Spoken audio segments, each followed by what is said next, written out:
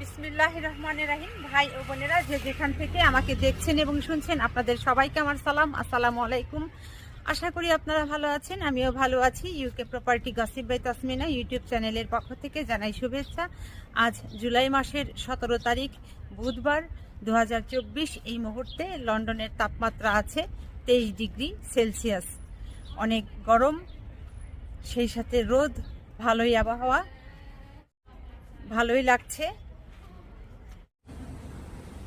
আমি আজ আপনাদের সাথে বাংলাদেশের জাতীয় খেলা হাডুডু বা কাবাডি, এটা নিয়ে কথা বলতে চাচ্ছি। ছোটবেলায় গ্রামে যখন ছিলাম তখন এই হাডুডু খেলাকে খুব উপভোগ করতাম। এই হাডুডু খেলা গ্রামে বিশেষ করে ঈদের সময় খুব জমে উঠত। তখন এই হাডুডু খেলা দেখবার জন্য শত শত গ্রামের মানুষ দর্শক হিসাবে ওই হাডুডু খেলার কোর্টকে ঘিরে রাখত। কিন্তু যখন একটু বড় হলাম তখন মনের মধ্যে প্রশ্ন আসলো যে বাংলাদেশে তো আরও অনেক জনপ্রিয় খেলা আছে এবং সেই খেলাগুলোর পেছনে অনেক বড় বড় সফলতাও আছে। আর সেই সফলতার কারণেও কিন্তু বাংলাদেশ বহির্বিশ্বের কাছে অনেক সুনাম অর্জন করেছে এবং পরিচিতি লাভ করেছে। তাহলে সেগুলো রেখে কেন এই হাডুডু খেলাকে জাতীয় খেলা হিসাবে ধরা হলো? বাংলাদেশে আমাদের সমাজে কিছু কিছু মানুষ আছে, দেখবেন যে তারা মানুষের ভালো দেখতে পারে না, ভালো শুনতে পারে না, এমনকি সহ্যও করতে পারে না।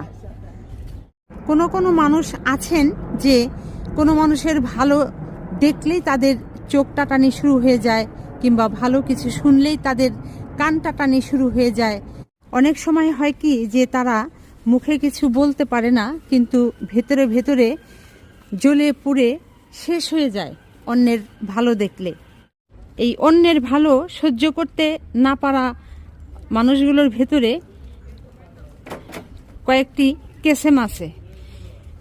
আর এক কেসেমের লোকেরা আছে যে যখন এরা দেখলো যে এই মানুষটা তার চাইতে অনেক উপরে চলে যাচ্ছে, দিন দিন তার শুধু উন্নতি আর উন্নতি, সব দিক থেকেই পড়ালেখা, তার সম্পদ, মান সম্মান, সব কিছুতেই তার শুধু উন্নতি, পরিচিতি, খ্যাতি ইত্যাদি ইত্যাদি, এটা দেখেও আর এক কেসেমের মানুষ দেখবেন সহ্য করতে পারে না।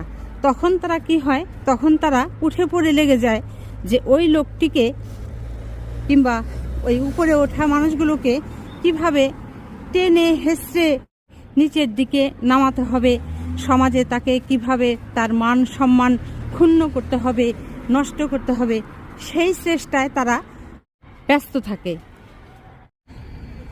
কাজেই আমাদের চারদিকে অনেক হাডুডু খেলোয়াড় আছেন যাদের কাজই হচ্ছে কোনো মানুষের ভালো কিছু দেখলে তার পিছনে লেগে পড়া। এই সমস্ত হাডুডু খেলোয়াড়দের পাতানো জালে কখনো আটকা পড়বেন না, এদের ফাঁদে কখনো পা দেবেন না। এসব হাডুডু খেলোয়াড়দের কাছ থেকে, সংস্পর্শ থেকে নিজেকে দূরে রাখার চেষ্টা করবেন।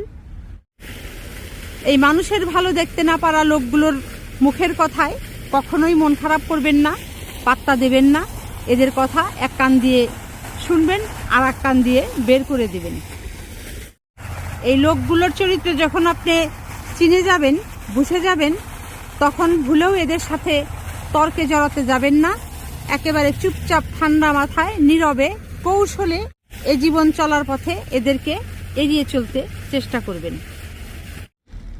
আমি আরেকটা জিনিস খুব লক্ষ্য করে দেখলাম যে কেউ কারো একে অপরের উন্নতি না দেখতে পারা লোকগুলো কিন্তু অপরিচিত লোকগুলো নয়, দূরের কেউ নয়, তারা কিন্তু এই আত্মীয় স্বজনের ভেতরেই এগুলো বেশি হয়। এটি আসলে অবাক লাগে যে মানুষ এত মিসকা শয়তান কিভাবে হয়। এখন বুঝতে পারি যে হাডুডু খেলাকে কেন জাতীয় খেলা হিসাবে নেওয়া হয়েছিল। হয়তো বাংলাদেশের মানুষের জাতীয় চরিত্রের কথা বিবেচনা করেই হয়তো এই হাডুডু খেলাকে জাতীয় খেলা হিসাবে নেওয়া হয়েছে। তো যাই হোক, আজ এখানেই শেষ করব। সবাই ভালো থাকবেন, সুস্থ থাকবেন এবং আমার জন্য দোয়া করবেন। আমার এই চ্যানেলটিতে লাইক, কমেন্ট, শেয়ার এবং সাবস্ক্রাইব করবেন। আসসালামু আলাইকুম, আল্লাহ হাফেজ।